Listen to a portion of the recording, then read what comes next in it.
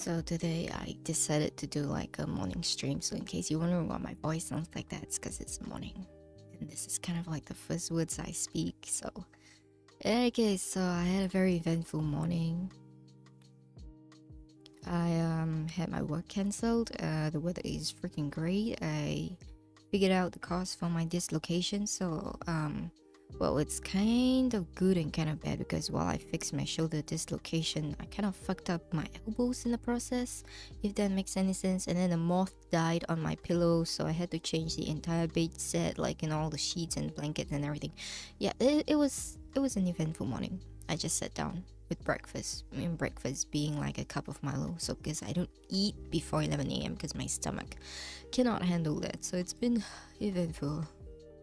Anyways, I'm like just going to go through the prompts. It's getting crazier, okay? It's definitely getting crazier. So the last prompt, which was yesterday's prompt that concluded, is actually the sloth protagonist. In case, oh no, protagonist, not protagonist, the sloth poltergeist. Okay, sorry. Right, so you can actually see from the title it's like day 4 and people are already like, just struggling with brain cells. I can relate. Okay, so I'm actually very proud for all these people trying. I did actually, after the stream, update the scores because I forgot to do it at the end of the stream. I was like, bye, and then I kind of forgot to let the stream run for a little bit so you didn't hear Cat, but the cat was actually saying bye as well. Right, Kit Kat, not cat, no, not Kit Kat, the butterfly, right, where was I? Here. Okay, so sloth poltergeist can be interpreted in 2 ways because some people actually know sloth as, okay, let me just pull it up for you. Right, so 2 kinds of sloth. The first kind of sloth is laziness, which obviously some people actually have that, and the second kind of sloth is this one, the one from Zootopia. Okay, so the one that I prefer is the one from Zootopia. Zootopia, Sloth. The scene is iconic, so I kind of like this a lot. And I had like a thing in my mind when I actually came up with this. It's like that, I'm a typoist because I make a lot of typos. And if I were to make a typo with sloth, actually when I make cloth, it actually happens. Don't ask me how. I know they're not on the same row of keys, but it can happen for me. So it's kind of like oh, you want to apply for a job after graduation in like the underworld or something like that, and you're like, yes, I want to be a ghost. What kind of ghost? A poltergeist. Okay, what kind of poltergeist do you want to be? And then they're like, oh, I want to be a cloth poltergeist, and then they typoed it to become sloth poltergeist. So yeah, that's their fate after that. Like, I want to do something like that. That's why I came up with this prompt, but I didn't write it down. So I wanted to see what other people would come up with on their own. And lo and behold, people actually tried. So Joby was like the first to try. She was like at the stroke of midnight. She was like, I got this. Okay, and then after that, I a little bit later after she did that, I put this in, which almost the time I got. Okay, which much to my annoyance because it's like not after that. But yeah, anyways, that was my fault. And then after that, we have Sakrishi, who was a little bit too enthusiastic. He posted it on the wrong day, so he reposted it after I copied it out, so it's the same thing. And then after, we have Dame Butterfly, also trying her very first poem here on prompts. And then we have Ovala Venus with the Petillon Saga. So I don't know how he managed to do this, but yeah, it was a different interpretation, so I accepted it as well. Right, and then soon after, it was like closing time, so it was like close. It was like 10 more minutes. I don't think anybody else would join, so I actually just left this on. So today is the left hand has a left hand, so this is like pretty darn hard. I don't know if anybody else would try. Dame Butterfly says she would, so I'm looking forward to it. And then after, the day following after is Devil Orders Fast Food. Okay, initially the prompt was Devil Orders Holy McDonald's, and I was like, that may be too specific, so I was like Devil Orders Fast Food. So you guys can have free interpretation of anything that defines or like qualifies as fast food. I will not penalize, so it's free interpretation, guys. So as long as the prompt keywords are there in whatever you wrote, I will accept. So let's start off with Droopy Ghost.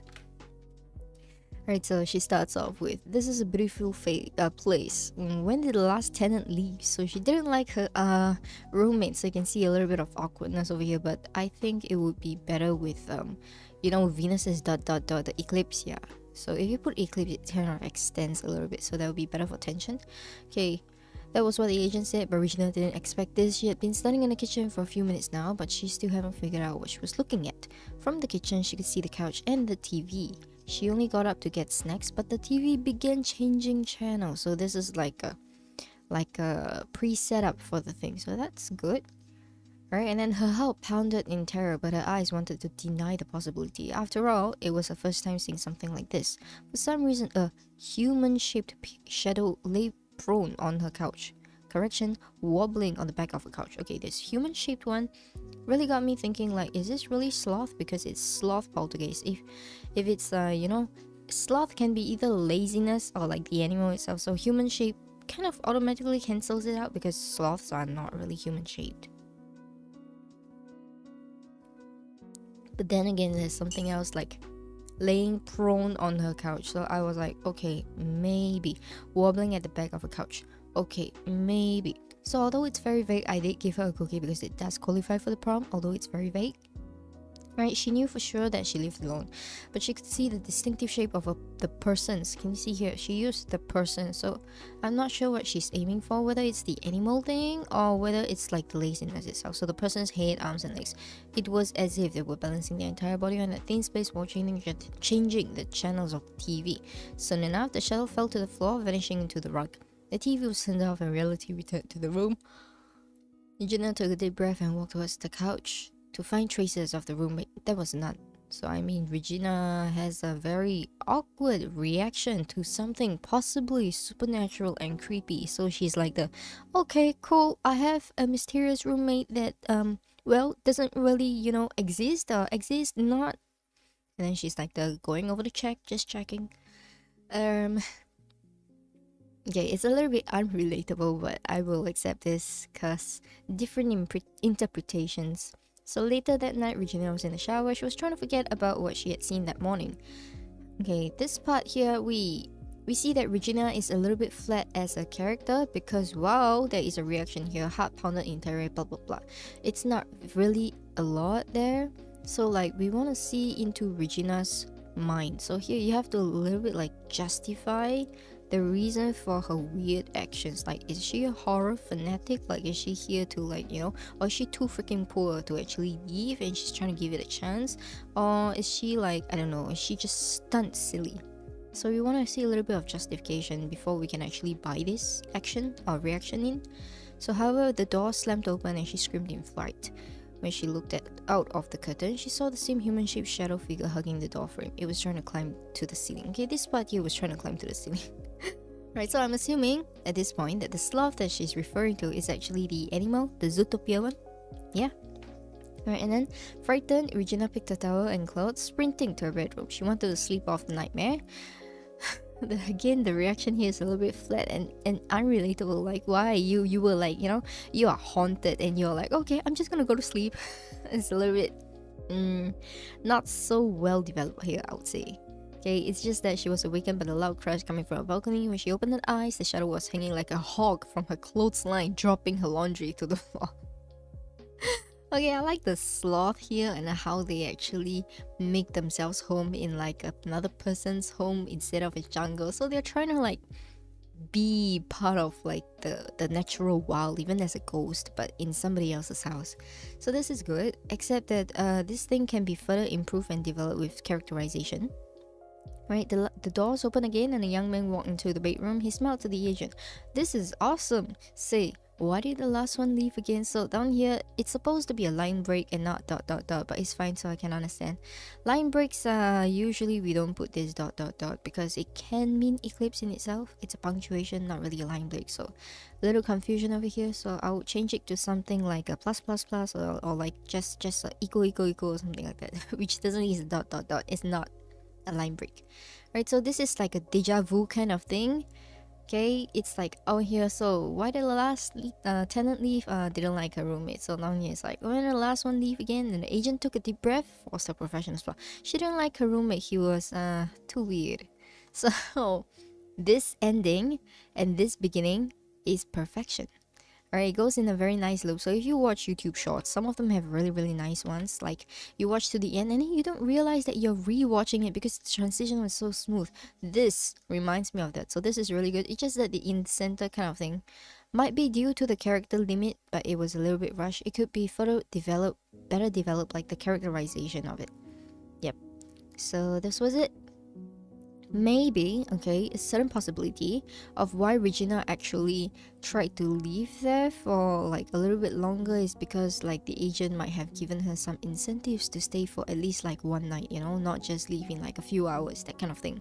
So Regina was like, okay, I paid my deposit, and I'm like gonna make the use of my deposit. I'm not gonna move out immediately because they're gonna deduct it if I do. And then she tries to tough it out, but eventually she's like, fuck it, take my money and let me leave. Yeah, so maybe it could be done better that way. So this is the one thing that I see. That's why I didn't give it a purple heart, because it was lacking. Alright, and then after that I have this thing here. It's an eyesore, but okay. So next one, we have Sakushi. So Sakushi actually did this before, so I took a look at it before that. So it's a poem. Okay, Sloth the Poltergeist. So this is kind of straightforward. So I know for sure that it deserves a cookie. So cookie is a qualification, it qualifies. So on the small hills to the vacuum store that bought a poltergeist. They call him Sloth for he was slow, unlike the other guys. I like this, okay? He liked to rest unlike the rest and sleep in all day long. While they protest, he should not rest, he should not nest inside a vacuum store. Okay, good. A poltergeist should scare some guys and throw some stuff around. Why do you do that makes you good? What do you do that makes you good at being an evil guy? Okay, this part here needs a little bit of work. Okay, he would just laugh and press the back on one of the vacuums. Okay, this part again, I said it's about the flow. So the flow on top was good. The flow down here is broken. To turn it on and let it run after the closing hours. Okay, this part is from here onwards, it's getting a little bit downhill. The other guys, I like this. The other guys will never get the true evil of Sloth for ghosts who know the horrid cost of electric bills can host. Okay, in this case, you could change this host to cost. It doesn't matter if you repeat words, okay? Like, don't be afraid to repeat words or reuse words in a sense. For ghosts who don't know the horrid cost, electric bills can cost. It works too. Don't try to change things that doesn't, you know, flow in a sense. Because cost and host do not rhyme. I know you're trying to get it to. Some words can spell the same, but they don't rhyme. So from here onwards, you need to do some work. And this part over here. But the rest, this one is brilliant. The rest here, this one is brilliant as well. So have some faith. You are improving. Good job. Thank you for participating. Right, next one is actually somebody who also was, you know, inspired by Sakushi to hype on the poem train. So this is Dame Butterfly. Right, so Sloth the lazy poltergeist fought and went to chase how the absolute best days was. Dun dun dun dun dun dun dun dun dun dun dun dun dun dun. Okay, too long. From here to here, too long. Okay, you have to look at. Okay, when I said this before, and I'll say it again. Okay, for any novice poets, your rhythm is more important than your rhyme. So if you cannot rhyme, don't worry. There is something called a rhyme dictionary. In case you didn't know, rappers use this to write their raps as well. You need to make it such that it is catchy to read aloud, not just read for the sake of reading. Right, so this one needs a little bit more pacing out. Okay, to chase how the absolute best days were spent, too wordy. For Sloth didn't wish to last after the busy poltergeist who claimed to live their best life. This is not very well written. Okay, Sloth came and Sloth went to seek how days were best spent. Okay, this is good. First to the ends, but here no envy was found. Okay, I don't quite understand this. For those little creatures worked round and round. Okay, this is although passive writing is acceptable and often used in poems, still, another thing is, this was good rhythm. This is not good rhythm because it was kind of like chunky. So less is more. Always less is more. And another thing, poems do not always need to make grammatical sense. How do I say this? Like, if you take a look at this, okay, some of it don't really have to make grammatical sense. You can remove certain parts of things that will take up space too much. It's poems are basically, how do you write a poem? Okay, you write a poem by firstly identifying the keywords that you want to write about, okay, the key points of what your poem is going to be. Design the poem structure. How many stanzas are you going to make this? How long is this going to be? Is it going to be a 4-line? Is it going to be a 2-line? Is it going to be a 6 lines? Is it going to have like line by line, like side by side parallel rhymes? Is it going to have alternating rhymes? Is it going to all not rhyme? Is it going to have 10 syllables in one line? You got to decide all these factors first, and then you put your keywords in, put your rhymes in, find the words that make the sentence and the point across. There are many ways to say the same thing, so figure that out. It is not easy, but it is also not difficult. And then when you do that, read through again and again, allowed to hear if there is a correlation to what you want to portray versus the art style that you have created. That is the way to do a poem. You do not write from line 1. You never write a poem from line 1 like how you write a book with Once Upon a Time. That is a no-no. At least in my books it's a no-no. It doesn't work that way. Unless you've been doing this for centuries and you're like, okay, I have the poem in my head like roses are red, violets are blue, you know? Don't. If you are new, don't. Do as I say.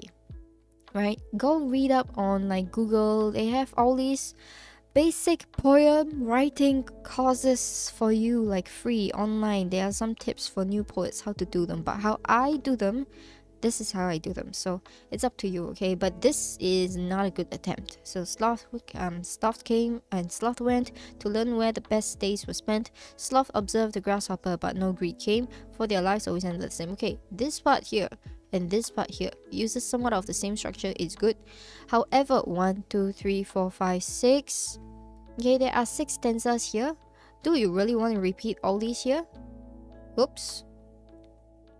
Okay, we have the went here, we have the spent here, we have the went here, we have the spent here. This is good technique, right? But do you really want to repeat all these here? Because firstly, repetition only comes when there is a good point to be made. Secondly, I've not actually seen repetition used in, how to say, okay, if your words were to be money, you want to spend them with the best quality in here. So is it catchy? That's the question. For me, I don't think it's catchy. It's forced. Okay, I would say it's forced. Okay, why do you have to say to learn where days were best spent? Okay, the choice of words in here might be questionable, so you can take to work out on this thing a little bit. So Sloth waited, then went, determined to find best days spent. Again, it's forced in this section. Off to watch the rich be gluttons, only to see that they could not do up their shirt buttons. Okay, like I said, it doesn't have to make grammatical sense. So to improve the rhythm here, remove only, remove to, remove there. Okay, so it can be something like off to watch the rich be gluttons, see they could not do up shirt buttons. You see that? It improves the pacing, the rhythm, the what's that? I lost it. It improves like the flow. Okay, it improves the flow. You don't have to put all these in to make it flow. So it doesn't have to be grammatically right. Okay, take note. Right, Sloth came and Sloth went further out to search for days best spent, to patch wounded pride, only to see how armies died. Blah blah blah blah blah blah blah. It's kind of missing because of up here. Can you see? So it's missing. If you are long up here and you want to copy this thing, your pace has to be up here. So this is not very good. Okay, Sloth neither came nor went, for no other ways were days best spent. Okay, the message here is good. Okay, Sloth felt consumed with wrath. Indeed, the other poltergeist would get the last laugh. Nope. So while I can see the effort of what they want to convey through a poem, the techniques in the poem writing is not there, so you want to go and revise through, or like go and pick up, learn something. Also, for first poems, I would not recommend doing open poems. I would recommend doing something more guided, so that at least you can know the structure. So you can look into haikus, which is a 575 syllables. And then you can also look into things like 4-line poems. You can also look into things like sonnets, which are 14-line poems with alternating rhymes for the first 12 lines. And then the last 2 lines are actually parallel. So there are different ones. So I once did all those things, so that's why I know what poems look like. You can start with those instead. So it's more guided rather than this. This is no guide. So you want to pay attention to, firstly, finding the right keywords. Secondly, finding the rhyming ends. Thirdly, designing the poem based on stanza, and then put it all together. So realize that this does not follow conventional English. That's all I want to say. Right? There's a lot to be worked on here. Right, so the last one should be the last one. Yes, it's the last one. Okay. Right, so Overlord Venus is coming on stream, but I'm not sure if today he'll be able to make it because there's some emergency that he's going on. So in the case that he is not able to make it, I will like do the stream at 2 p.m. like solo. Right, so Overlord Venus, now it's an installment of Pertilon's saga, so director of Whiskeyland. So note that this is also about Sloth, so squiddy hug! Pertilon let a high-pitched shout before chugging a group of kids or of which. Morning sinus, okay. One of which began to cry, scared. What is this ugly mascot? They should ban it. The crying child star. This wasn't quite the same reaction that they had earlier, like previously.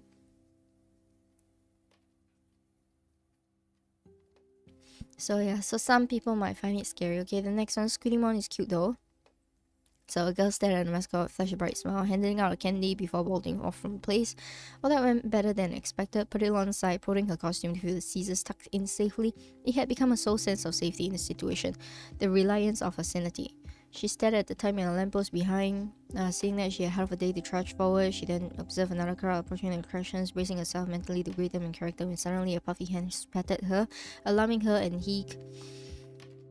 Okay, it's just me, relax, Pertilon. The sound... voice resounded from a large comical bear, devilishly cute in appearance. It was super popular, but just like Squidimon, he had a small but dedicated fan base. Thank goodness you frightened me for that, Kettle Lane.